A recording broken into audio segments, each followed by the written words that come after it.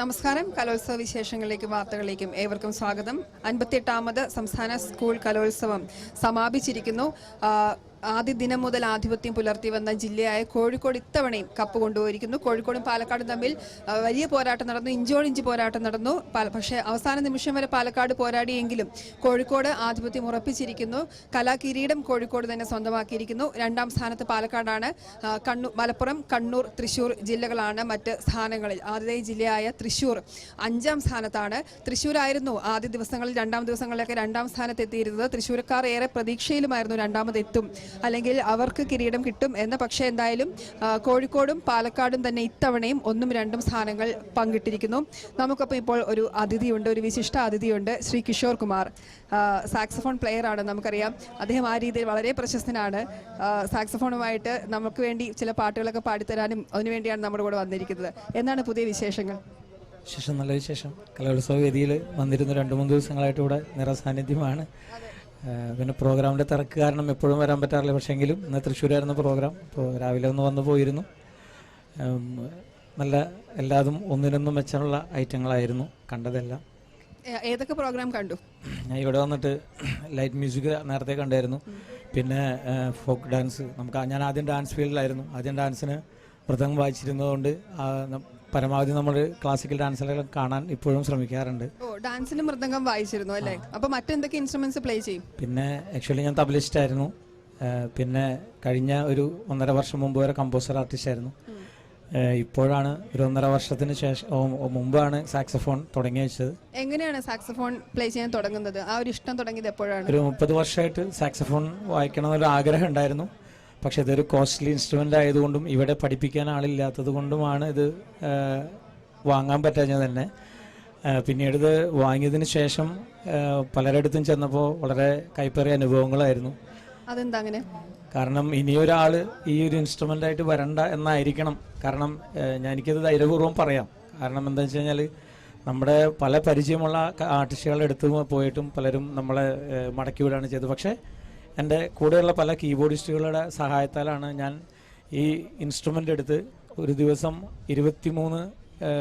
13 മണിക്കൂർ മുതൽ 23 മണിക്കൂർ വരെ ഞാൻ പ്രാക്ടീസ് ചെയ്ത് 24ാമത്തെ ദിവസം കലാമണ്ഡലത്തിൻ്റെ തൊട്ട് മുൻപിലുള്ള ഒരു സ്കൂളിൽ ഒരു ജനനന്മ എന്ന ഒരു ട്രൂപ്പിൻ്റെ ഞങ്ങളുടെ ഒരു ടീമുണ്ട്. അതിലൊരു സോളോ പെർഫോമൻസ് ഞാൻ ആദ്യമായിട്ട് വായിക്കുന്നത് സാക്സ് എടുത്ത് 24ാമത്തെ ദിവസം. അതായത് ഇത് പഠിച്ചെടുക്കാൻ ബുദ്ധിമുട്ടാണോ? ഇത് ഭയങ്കര ടഫുള്ള ഒരു ഇൻസ്ട്രുമെന്റ് ആണ്. കേരളത്തിൽ പഠിപ്പിക്കുന്ന ആളുകളുണ്ട്, പക്ഷെ അവരെല്ലാവരും നേവിയിൽ ജോലിയുള്ള ആളുകളൊക്കെ ഉള്ള നൊട്ടേഷൻ അറിയുന്നവർ. പക്ഷെ ഞാനിപ്പോൾ ഈ അടുത്ത മാസം തൊട്ട് ഒരു ക്ലാസ് റെഡി ആയിട്ടുണ്ട്. ഞാൻ പോകാൻ തയ്യാറായിട്ടിരിക്കുകയാണ്. ക്ലാസ് തുടങ്ങുകയാണ്? ക്ലാസ് പഠിക്കാൻ വേണ്ടി. അത് എവിടെയാണ്?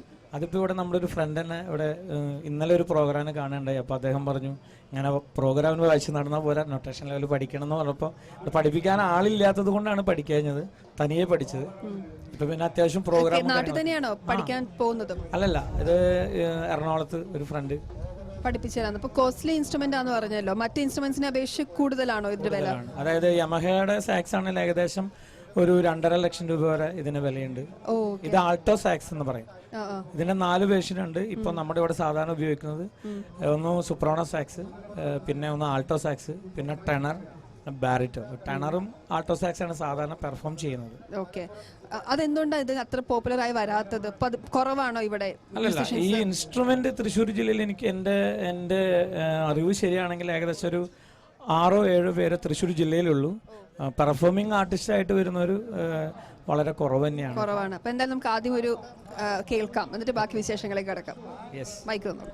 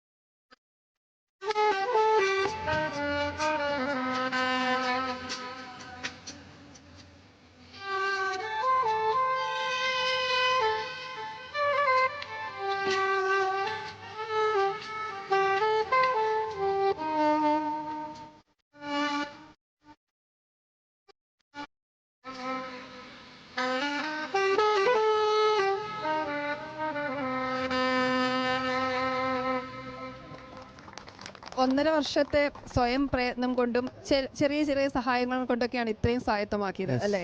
ബുദ്ധിമുട്ടുണ്ടായിരുന്നോ പഠിച്ചെടുക്കാൻ? സ്റ്റാർട്ടിങ്ങിൽ ഭയങ്കര ബുദ്ധിമുട്ടായിരുന്നു. കാരണം ഈ ഒരു ഇൻസ്ട്രുമെന്റിന്റെ ഒരു പ്രത്യേകത എന്താണെന്ന് വെച്ചാൽ ഇത് ഭയങ്കര വോളിയുള്ള ഒരു ഇൻസ്ട്രുമെന്റ്. പിന്നെ അത് നമ്മൾ ഇതിന്റെ വോളിയം കൺട്രോൾ ചെയ്ത് വായിക്കുന്നത് നമുക്കത് കേടാണ്. നമ്മൾ ഓപ്പൺ ത്രോട്ടിൽ വായിക്കുന്നതാണ് ഇതിന് നല്ലത്. അപ്പം അങ്ങനെ വരുമ്പോൾ നമ്മുടെ ഏറ്റവും കൂടുതൽ നമ്മൾ വീട്ടിലുള്ളവരാണ് ഇതിൻ്റെ സഹിക്കേണ്ട ആളുകൾ. അപ്പം അവരുടെ ഒരു സപ്പോർട്ടാണ് സത്യം പറഞ്ഞാൽ ഇതിലേക്ക് കൊണ്ട്. പിന്നെ നമ്മുടെ പുള്ളെന്ന സ്ഥലം, മഞ്ജുവാരുടെ വീടും എൻ്റെ വീടും തമ്മിൽ ഒരു പാടത്തിൻ്റെ ഒരു ഗ്യാപ്പാണ്. അപ്പോൾ അയലക്കാർക്ക് വല്ലാതെ ശല്യമായി തീർന്നപ്പോൾ ഞാൻ കാറെടുത്ത് നേരെ പാടത്ത് പോയിട്ട് ആർക്കും ശല്യമില്ലാത്ത രീതിയിൽ അവിടെ അങ്ങനെ വായിക്കും. അങ്ങനെയാണ് പ്രാക്ടീസ് നടക്കാറ്. അത്രയും ബുദ്ധിമുട്ടിയാണ് ഇഷ്ടപ്പെട്ട ഒരു ഇൻസ്ട്രുമെന്റ് പഠിക്കാനുള്ള ശ്രമങ്ങൾ നടക്കുന്നത്. പിന്നെ ഇപ്പോൾ ജീവിതത്തിൻ്റെ എന്താ പറയുക, നമ്മുടെ ജീവിതം തന്നെ മാറി മറിഞ്ഞു കഴിഞ്ഞ 1.5 വർഷം കൊണ്ട്. കാരണം ഒത്തിരി സ്ഥലങ്ങളിൽ, ഒരുപാട് സ്ഥലങ്ങൾ ഇപ്പോൾ കഴിഞ്ഞ 13-ാം തീയതി ഒമാൻ ഗവൺമെൻറ്റിൻ്റെ ഫ്ലൈലീഫ് എന്നൊരു കമ്പനിയുടെ ലോഞ്ചിങ്ങിന് ഫേസ്ബുക്ക് വഴി ഒരു ദുഫൈൽ അന്തികാട് എന്ന് പറഞ്ഞൊരു സുഹൃത്തും കൂടി ഉള്ളൊരു കൂടിയിട്ടാണ് ഇപ്പോൾ കഴിഞ്ഞ 13-ാം തീയതി ഒമാനിൽ ഇന്ത്യയിൽ നിന്ന് ഏകൊരു വ്യക്തി ഞാനാണ് പോയത്. അപ്പം അങ്ങനെ ഒരു വലിയൊരു ഭാഗ്യം ഉണ്ടായി. ഇപ്പം കേരളത്തില് പ്രോഗ്രാംസ് കിട്ടാറുണ്ടോ? അപ്പോൾ ഈ കഴിഞ്ഞ ഒരു 4-ാം തീയതി കണ്ണൂർ യൂണിവേഴ്സിറ്റിയുടെ ഒരു വലിയൊരു പ്രോഗ്രാം, ഇന്ത്യയുടെ പല ഭാഗത്തു നിന്നും വരുന്ന ആളുകളുടെ ഒരു പ്രോഗ്രാം എൻ്റെ ഏറ്റവും അടുത്ത സുഹൃത്തായ രാഹുൽ എന്ന് പറഞ്ഞ ഒരു വ്യക്തി എന്നെ ഇവിടെ ക്ഷണിക്കുകയും ജീവിതത്തിൽ കിട്ടാവുന്നതിൽ ഏറ്റവും വലിയൊരു വേദി തരികയും ചെയ്തു. അതൊരു വലിയൊരു എന്താ പറയുക, അതൊന്നും നമുക്ക് അങ്ങനത്തെ ഒരു ഭാഗ്യം ഉണ്ടാവും തന്നെ അറിയില്ല. തീർച്ചയായിട്ടും. അടുത്ത പാട്ട് ഏതാണ് പ്ലേ ചെയ്യാൻ ഉദ്ദേശിക്കുന്നത്? നമുക്ക് ട്രാക്ക് റെഡിയായി വെക്കാം, അപ്പോഴേക്കും അടുത്ത അതിഥിയിലേക്ക് പോകാം. പറഞ്ഞാൽ താങ്ക് യു. അപ്പോൾ അടുത്ത ഒരു സോങ് നമുക്ക് എല്ലാവർക്കും അറിയാവുന്ന, എനിക്ക് ഏറ്റവും ഇഷ്ടപ്പെട്ട രാജഹംസമേ എന്നൊരു ഗാനം, മലയാള ഗാനം കേൾക്കാം. അതിന് മുമ്പായി നമുക്കൊപ്പം ഒരു കൊച്ചു അതിഥി വന്ന് നിൽക്കുന്നുണ്ട്, നമുക്ക് പരിചയപ്പെടാം. മോളുടെ പേര് പറഞ്ഞോളൂ. ആത്മന മനോജ്. ആത്മന മനോജ്. ഓക്കെ, ഏത് ജില്ലയിൽ നിന്നാ? കോഴിക്കോട് ജില്ല. അപ്പൊ കപ്പ് ഇത്തവണയും നേടി. അതെ. ഉറപ്പായിരുന്നോ കപ്പ് എടുക്കുന്നത്? ഓ. മോളെ ഏതായിരുന്നു ഇനത്തിലാ മത്സരിച്ചത്? മിമിക്രിയിലാണ് മത്സരിച്ചത്. ഇന്നായിരുന്നു മത്സരം അല്ലേ? ഓക്കെ, എന്താണ് റിസൾട്ട് വന്നിട്ട്? ഗ്രേഡ് ഒക്കെ ഉണ്ട്? എ ഗ്രേഡ് ഉണ്ട്. അപ്പീൽ ഒത്തിരി ഉണ്ടായിരുന്നോ? അപ്പീല് ഉണ്ടായിരുന്നു. ആൺകുട്ടികളും പെൺകുട്ടികളും ഒരുമിച്ചായിരുന്നില്ലേ ഇത്തവണ? അപ്പം കൂടുതൽ ആൺകുട്ടികളായിരുന്നോ മത്സരിക്കാൻ? രണ്ടു കൂട്ടരും ഒരുപോലെ ഉണ്ടായിരുന്നു. ഈ ഒരുമിച്ചാക്കിയത് നിങ്ങൾക്ക് ഇത്തിരി ബുദ്ധിമുട്ടുണ്ടായിരുന്നോ? കുറെയൊക്കെ. അപ്പൊ എന്തായാലും നമുക്ക് ആ പ്രകടനം കാണാം. ചെയ്തോളൂ.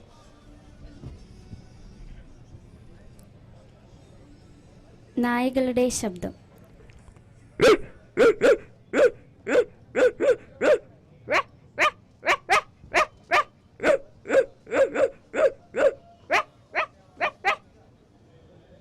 മരം കട്ട് ചെയ്യാനായി കൈവാൾ.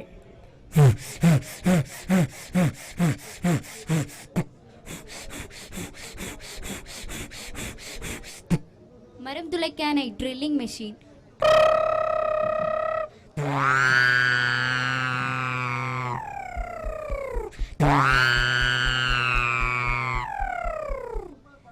പൈപ്പ് കട്ട് ചെയ്യാനായി hacksaw blade.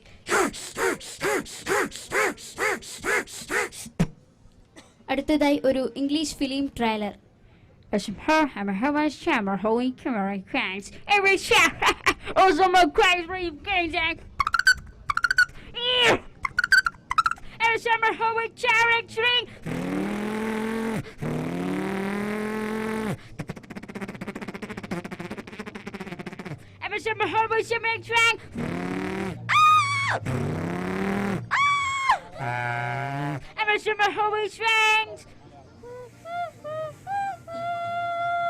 Stephen Spielberg, Jurassic World.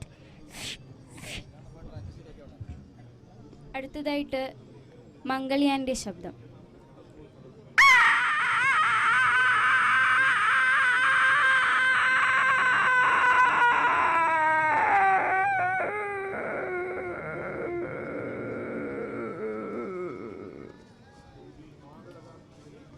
അതാണ് ചെയ്തത്. അപ്പൊ എങ്ങനെ ഉണ്ടായിരുന്നു? താങ്കൾ കേട്ടിട്ട് എന്ത് തോന്നുന്നു? സൂപ്പർ.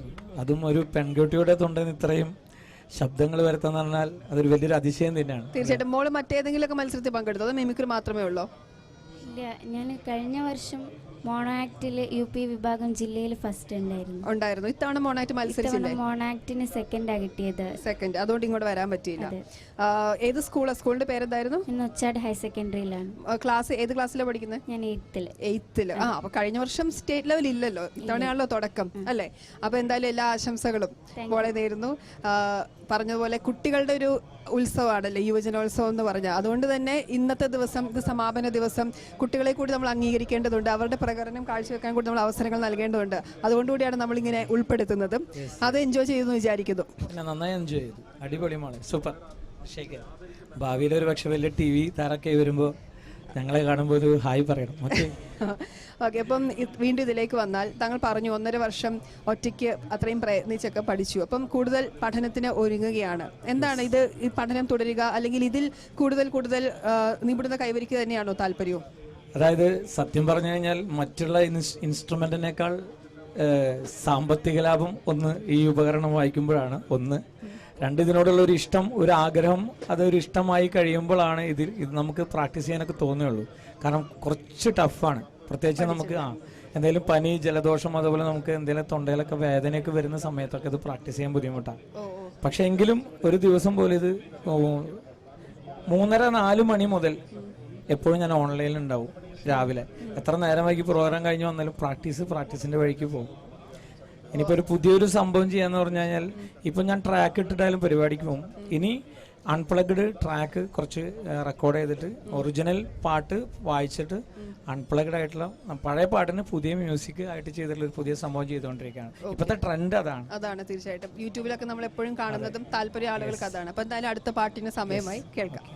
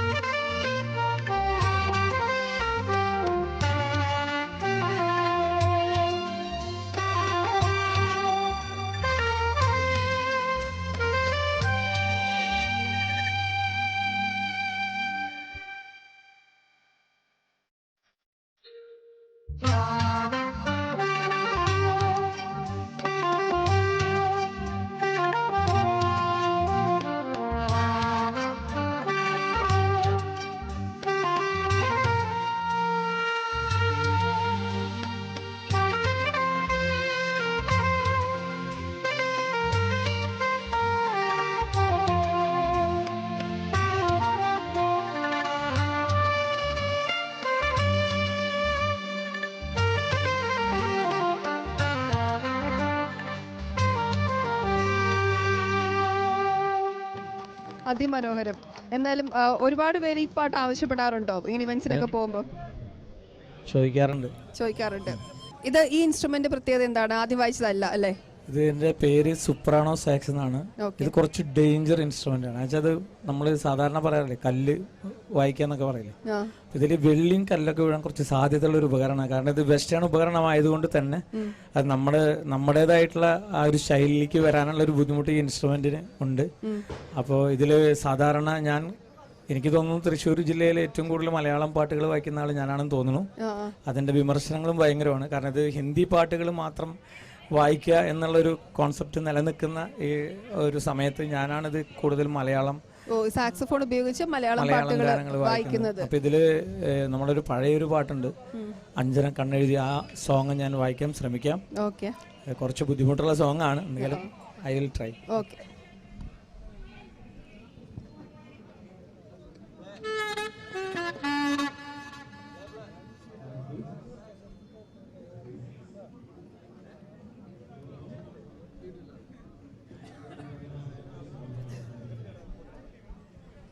ഈ ആദ്യം പറഞ്ഞല്ലോ വിലപിടിപ്പുള്ള ഉപകരണങ്ങളാണ് ഇത് രണ്ടും നന്ന്. അപ്പൊ താങ്കൾക്ക് അത് വാങ്ങാനൊക്കെ? അത് എനിക്ക് 2 വഞ്ചിയുണ്ട്. ഞാൻ വഞ്ചിയിലൊക്കെ ആദ്യം എനിക്ക് 2 വഞ്ചിയിൽ രാത്രി ഒരു വഞ്ചി വാടകയ്ക്ക് കൊടുക്കും, ഒരു വഞ്ചിയിൽ ഞാൻ രാത്രി മീൻ പിടിക്കാൻ പോകും. അപ്പം അങ്ങനെയൊക്കെ ഒരുപാട് സ്വരൂപിച്ച് വെച്ചും. പിന്നെ ഞാൻ ആക്ച്വലി തബലിസ്റ്റാണെന്ന് നേരത്തെ പറഞ്ഞു. ഞാനൊരു പ്രോഗ്രാം കോർഡിനേറ്ററാണ്. അപ്പോൾ പ്രോഗ്രാം കിട്ടുന്ന പൈസ എല്ലാം മാറ്റി വെച്ച് അങ്ങനെ കുറേശ്ശെ മാറ്റി വെച്ചിട്ടാണ് ഈ ഉപകരണം എടുക്കുന്നത്. അത് വലിയ റിസ്ക് ആണ് എടുത്തത്. കാരണം ഒരു ജീവിതത്തിൽ ഒരു പരിചയമില്ലാത്ത ഒരു ഉപകരണം എടുത്തിട്ട് പിന്നെ അത് കയ്യിൽ പെട്ട പോലെ എന്നാ പിന്നെ പഠിക്കാം. പിന്നെ മറ്റുള്ളവരുടെ വിമർശനങ്ങൾ കേട്ടപ്പോൾ നമുക്ക് എന്തായാലും പഠിക്കാനുള്ള ഒരു പ്രചോദനം ഉണ്ടായത്. അങ്ങനെയാണ് പഠിച്ചത്. അപ്പൊ വീട്ടിലെങ്ങനെയാണ് ഭാര്യയും ഫാമിലിയൊക്കെ എങ്ങനെ സപ്പോർട്ട് ആണ്? 2 കുഞ്ഞുങ്ങളുണ്ട്, ട്വിൻസ് ആണ്. മോളിപ്പോ ഇപ്രാവശ്യം യൂത്ത് ഫെസ്റ്റിവലിന് ലളിതഗാനത്തിൽ സ്കൂൾ തലത്തിൽ ഫസ്റ്റ് ഉണ്ടായിരുന്നു. പിന്നെ മകളെ പാട്ടിനെ കുറിച്ച് നമുക്ക് അറിയാവുന്നതുകൊണ്ട് ജില്ലാ തലത്തിലേക്ക് ഞാൻ നിർബന്ധിച്ച് കൂടുതൽ പ്രോത്സാഹിപ്പിച്ചിട്ടില്ല. കാരണം സംഗീതം പഠിക്കാൻ തുടങ്ങിയിട്ട് ഇപ്പൊ 3 വർഷമായി. അഞ്ജന കണ്ണെഴുതിയിലേക്ക് നമുക്ക് വരാം. അതിനു മുമ്പ് മറ്റേതെങ്കിലും ഒരു പാട്ട് ഇതിൽ വായിക്കാൻ ഉണ്ടോ?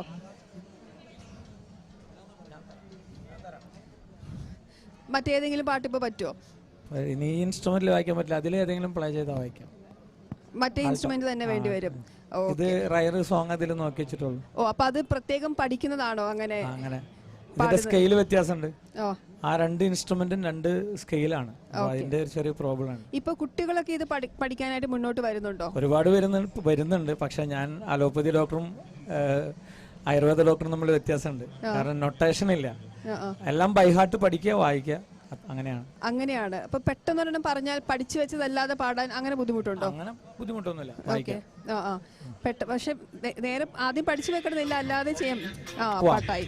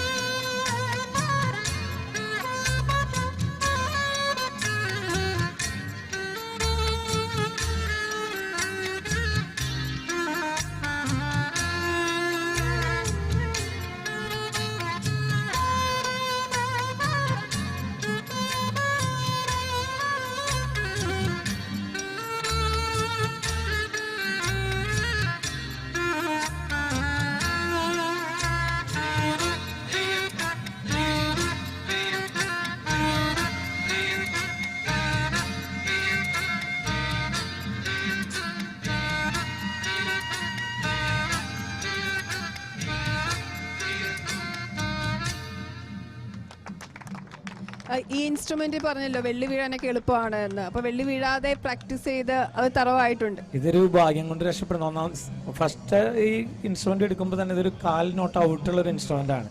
അത് മാനുഫാക്ചറിംഗ് ഡിഫക്റ്റ് ആണ്. അതൊന്ന് എടുക്കുമ്പോൾ എനിക്ക് നോക്കിയെടുക്കാൻ അറിയാതെ പറ്റിയതാണ്. അപ്പൊ അത് ഈ റീഡുമ്പോൾ കുറച്ച് കളികളൊക്കെ കളിച്ചിട്ട് ഒരു ലാസ്റ്റൊക്കെ വ്യത്യാസം വരുത്തിയിട്ടാണ് വായിച്ചത്. അപ്പോൾ ചെറിയൊരു ഔട്ട് വായിക്കുമ്പോൾ ഫീൽ ചെയ്യുന്നുണ്ട്. എല്ലാ വേദിയിലും വായിക്കില്ല, ചില വേദികൾ മാത്രം. പറഞ്ഞല്ലോ ഇതിലിപ്പോ വെസ്റ്റേൺ ആണ് കൂടുതൽ, വെസ്റ്റേൺ ഇൻസ്ട്രുമെന്റ് ആണ്. അപ്പൊ അത്തരം പാട്ടുകളാണ് കൂടുതൽ വായിക്കുക എന്ന് പറഞ്ഞല്ലോ. അപ്പം ഇപ്പൊ പഠിച്ചു വെച്ചിരിക്കുന്ന അഞ്ജന കണ്ണെഴുതി മാത്രമാണ്? അല്ലല്ല, ഇതില് ഏതോസ്തി അങ്ങനെ കുറച്ച് ഗാനങ്ങളൊക്കെ വായിക്കാം, പക്ഷെ റിസ്ക് എടുക്കാറില്ല. നമ്മൾ 2-3 പാട്ട് നന്നായി വായിച്ചിട്ട് ഈ ഒരു ഇൻസ്ട്രുമെന്റിൽ ഒരു പാട്ട് തെറ്റിക്കഴിഞ്ഞാൽ അത് അല്ലെങ്കിൽ ഒരു കല്ല് കടിച്ചു കഴിഞ്ഞാൽ അത് ഭയങ്കര ഒരു ബുദ്ധിമുട്ടാവും. ഇപ്പൊ തബല ഒക്കെ വായിക്കുമെന്ന് പറഞ്ഞല്ലോ. അപ്പൊ സ്കൂൾ യൂത്ത് ഫെസ്റ്റിവലിലൊക്കെ പങ്കെടുത്തിരുന്നോ? ഞാൻ കേരളോത്സവം ഒരു 4 വർഷം അടുപ്പിച്ച് അന്തിക്കാട് പഞ്ചായത്ത് കലാപ്രതിഭയായിരുന്നു. 5 വർഷം 4-5 വർഷം അടുപ്പിച്ചിട്ടുണ്ടായിരുന്നു. അല്ലാതെ യൂത്ത് ഫെസ്റ്റിവൽ വേദികളിൽ ഏതൊക്കെ ഇനങ്ങളിൽ പങ്കെടുക്കും? യൂത്ത് ഫെസ്റ്റിവലിൽ ഹാർമോണിയം മത്സരിച്ചിട്ടുണ്ട്, ഫ്ലൂട്ട് മത്സരിച്ചിട്ടുണ്ട്, തബല മത്സരിച്ചിട്ടുണ്ട്, മിമിക്രി മത്സരിച്ചിട്ടുണ്ട്, ലൈറ്റ് മ്യൂസിക് മത്സരിച്ചിട്ടുണ്ട്. എന്തുകൊണ്ടായിരിക്കാം ഇത് ഇവിടെ നമ്മുടെ നാട്ടിൽ അത്ര പോപ്പുലർ ആയി വരാഞ്ഞത്? എനിക്ക് തോന്നുന്നു ഇതിനെക്കുറിച്ച് ആരും അധികം പറഞ്ഞു കൊടുക്കാത്തത് കൊണ്ടായിരിക്കാം ആരും വരാത്തതെന്ന് തോന്നുന്നു. കാരണം കുറച്ച് ആർട്ടിസ്റ്റുകളുള്ളവരെല്ലാവരും നേവിയിൽ ഒതുങ്ങി നിൽക്കുന്നവരാണുള്ളത് ഞാൻ അറിയുന്നത്. ഒരുപക്ഷെ ഇത് പഠിപ്പിക്കാത്തത് കൊണ്ടായിരിക്കാം. അതെന്താണ് നേവിയിൽ അത് കോമൺ ആവുന്നത്? അതെനിക്കറിയില്ല.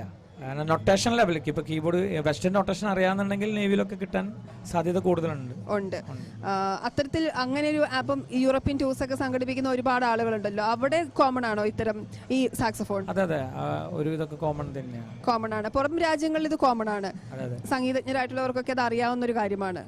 ഓക്കെ, അടുത്തത് ഏത് പാട്ടാണ് നമ്മൾ പാടുന്നത്? റഹ്മാൻ സാറിന്റെ കാതൽ റോജാവേ. ഇതിൽ തന്നെയാണോ? ഇതിലല്ല, മറ്റേ ഇൻസ്ട്രുമെന്റിലാണ്. ഈ തമിഴ് പാട്ടുകൾ ഒക്കെ പാടാൻ കൂടുതൽ ആവശ്യങ്ങൾ വരാറുണ്ടോ? എല്ലാവരും ചോദിക്കുന്നുണ്ട് തമിഴ് സോങ് ഒക്കെ. ഓക്കെ, അപ്പൊ നമുക്കത് എടുക്കാം അല്ലേ?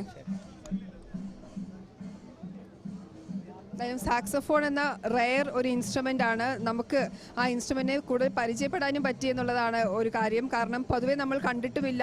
ഇവിടുത്തെ മ്യൂസീഷ്യൻസ് അങ്ങനെ ഉപയോഗിച്ച് പതിവല്ലാത്തൊരു ഇൻസ്ട്രുമെന്റ് ആണ്. അതിനെക്കുറിച്ചാണ് നമ്മൾ കേട്ടത്. പ്രേക്ഷകർ ഇവിടെ തൃശ്ശൂരിലിവിടെ എന്ത് കലയും അവർ 2 കൈ നീട്ടി സ്വീകരിക്കും എന്ന് പറയുന്ന പോലെയാണ്. പ്രേക്ഷകരെല്ലാം നമുക്ക് ചുറ്റും കൂടിയിട്ടുണ്ട്. കാരണം ഇതൊരു പുതിയ ഇൻസ്ട്രുമെന്റ് ആണ്. അത് എന്ത് വന്നാലും ഇത് സംഗീതമാണല്ലോ. അപ്പോൾ അതിനുള്ള പരിചയം, അത് കേൾക്കാനുള്ളൊരു ആഗ്രഹം, അതൊക്കെ കൊണ്ട് ആ ഒരു ഗുണം കൂടിയുണ്ട് തൃശ്ശൂരിൽ വരുമ്പം അല്ലേ? തൃശ്ശൂർ സത്യം പറഞ്ഞു കഴിഞ്ഞാൽ നല്ലതിനെ നല്ലതായി കാണുന്ന ആളുകൾ തന്നെയാണ്.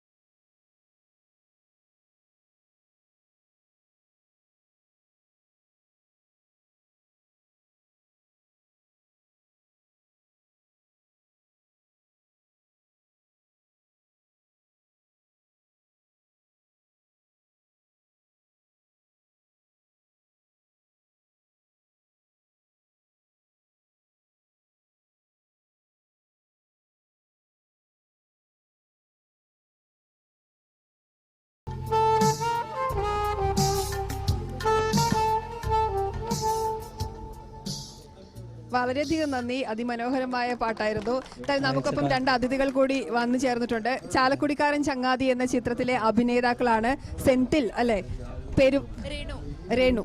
ഓക്കെ, അപ്പൊ സെറ്റിൽ നിന്ന് നേരെ വരികയാണോ? അതെ അതെ, സെറ്റിൽ നിന്ന് വരികയാണ്. എങ്ങനെയാണ് വിനയൻ, സംവിധായകൻ വിനയന്റെ സിനിമയാണ്, കലാഭവൻ മണിയാണ്, കലാഭവന്റെ ജീവിതത്തെ കുറിച്ചുള്ള സിനിമയാണ് അല്ലെ?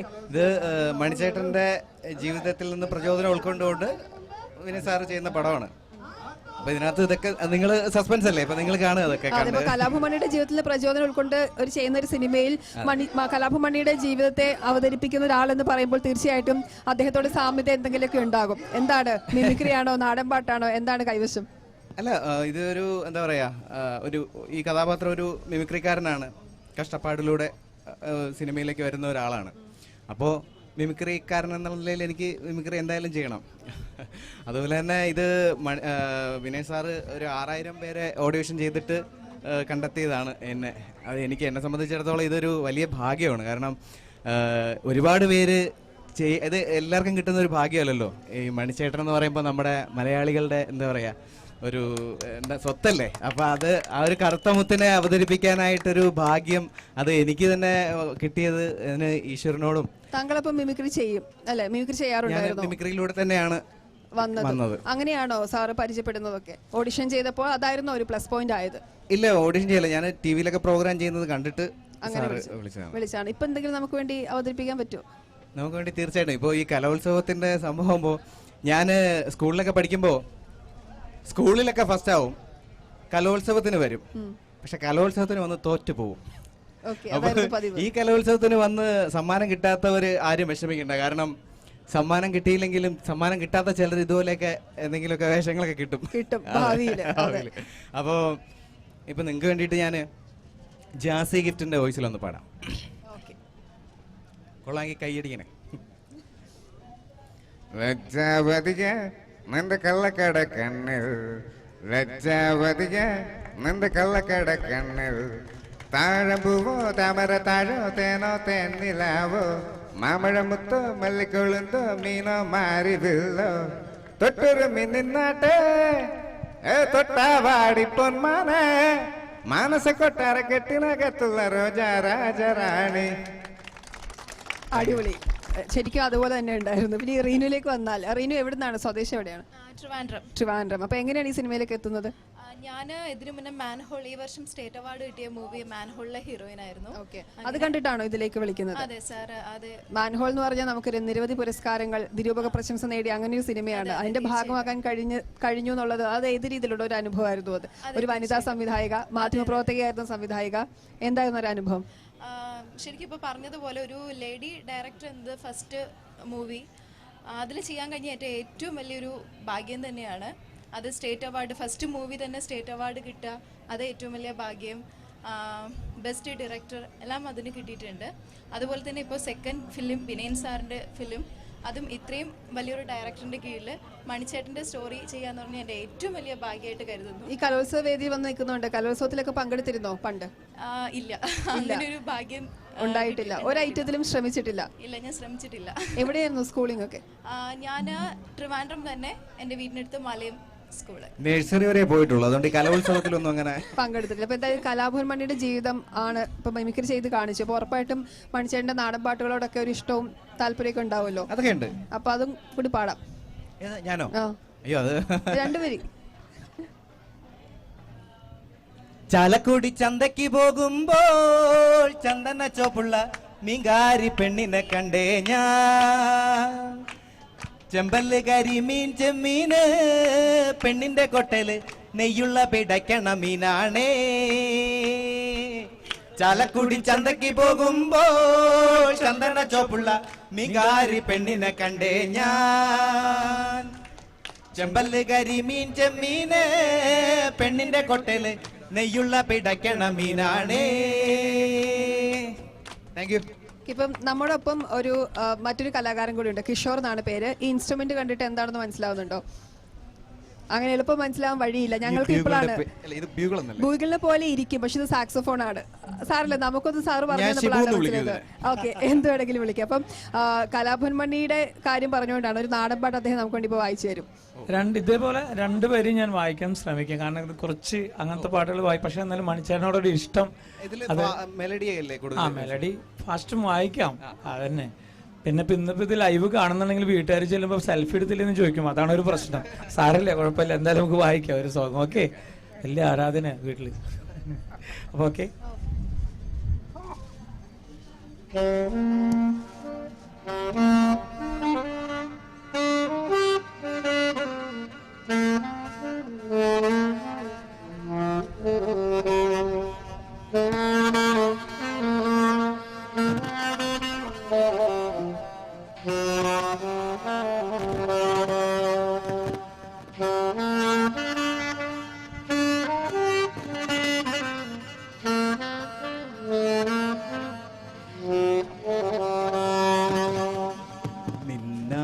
മിനുങ്ങേ മിന്നും മിനുങ്ങേ എങ്ങോട്ടാണെങ്ങോട്ടാണീ തിടുക്കം, നീ തനിച്ചല്ലേ പേടിയാകില്ലേ, കൂട്ടിനു ഞാനും വന്നോട്ടെ.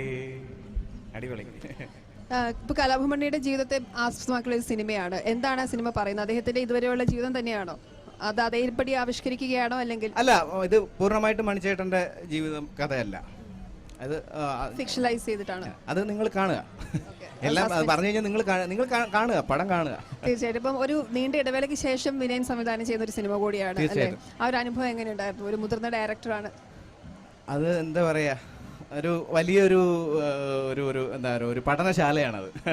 അവിടെ തന്നെ എത്തിപ്പെടാൻ പറ്റിയത് തന്നെ എൻ്റെ ഒരു വലിയൊരു ഭാഗ്യമാണ്.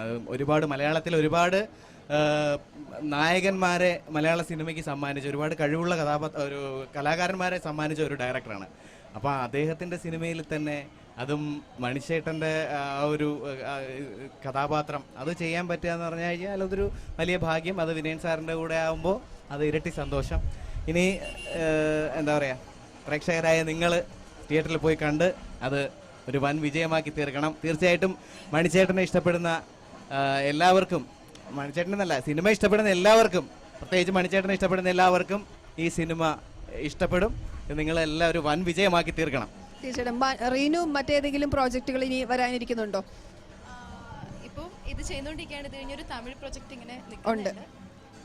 അപ്പം സെന്തിലിനെ സംബന്ധിച്ച് എങ്ങനെയാണ്? മറ്റു പ്രോജക്റ്റുകളുണ്ടോ, അല്ലെങ്കിൽ ഈ ചിത്രത്തിന് ശേഷം? ഞാൻ ടി വി പ്രോഗ്രാമുകളും ടി വിയിലെ സീരിയൽ അങ്ങനത്തെ സംഭവങ്ങളൊക്കെ ആയിരുന്നു. ഇപ്പോൾ ഈ സിനിമയിൽ ഒരു അവസരം കിട്ടിയതിന് ശേഷം ഇപ്പോൾ ചെയ്തുകൊണ്ടിരുന്ന സീരിയലൊന്നും ഇപ്പോൾ ചെയ്യുന്നില്ല. ഇപ്പോൾ സിനിമയാണ് ഈ ഒരു സിനിമ, അത് അല്ല ഇപ്പോൾ ഇതാണ് ചെയ്യുന്നത്. പിന്നെ സ്റ്റേജ് പ്രോഗ്രാമുകൾ ചെയ്യുന്നുണ്ട്. ഓക്കെ. ഇപ്പോൾ ജാസി ഗിഫ്റ്റിന്റെ ശബ്ദം അനുകരിച്ച പോലെ കലാഭവൻ മണിയുടെ ശബ്ദം അനുകരിക്കാൻ പറ്റുമോ? ഞാൻ ഇതുവരെ മണിച്ചേട്ടന്റെ ശബ്ദം അനുകരിച്ചിട്ടില്ല എന്നുള്ളതാണ് സത്യം. അതുകൊണ്ടായിരിക്കാം വിനയ സാർ എന്നെ തിരഞ്ഞെടുത്തത്. ഓക്കെ, ആയിക്കോട്ടെ. അപ്പോൾ ഒരു നാടൻപാട്ടൂടെ കേൾക്കാം, രണ്ടുപേരും ഏതെങ്കിലും.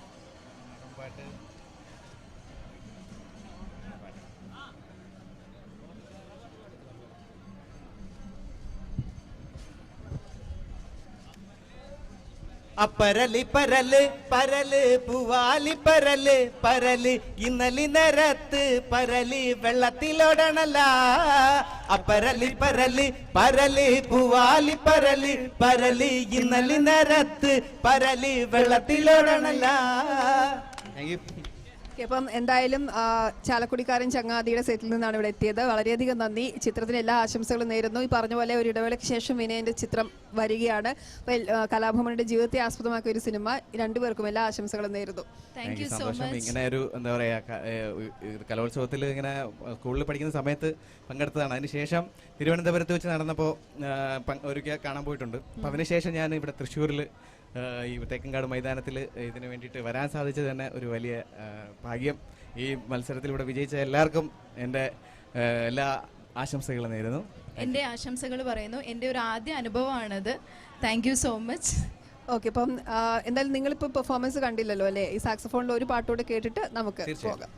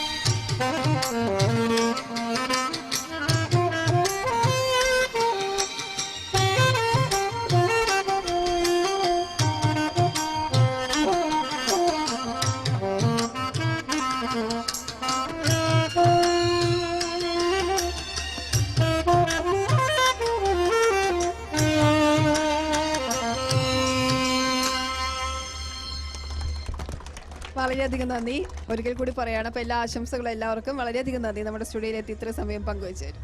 എന്നാലും കലോത്സവ വിശേഷങ്ങളും വാർത്തകളും ഇവിടെ പൂർണ്ണമാകുന്നു. അടുത്ത വർഷം ആലപ്പുഴയിലാണ് കലോത്സവം. വീണ്ടും എല്ലാവർക്കും ഒരിക്കൽ കൂടി നന്ദി പറഞ്ഞുകൊണ്ട് നമസ്കാരം.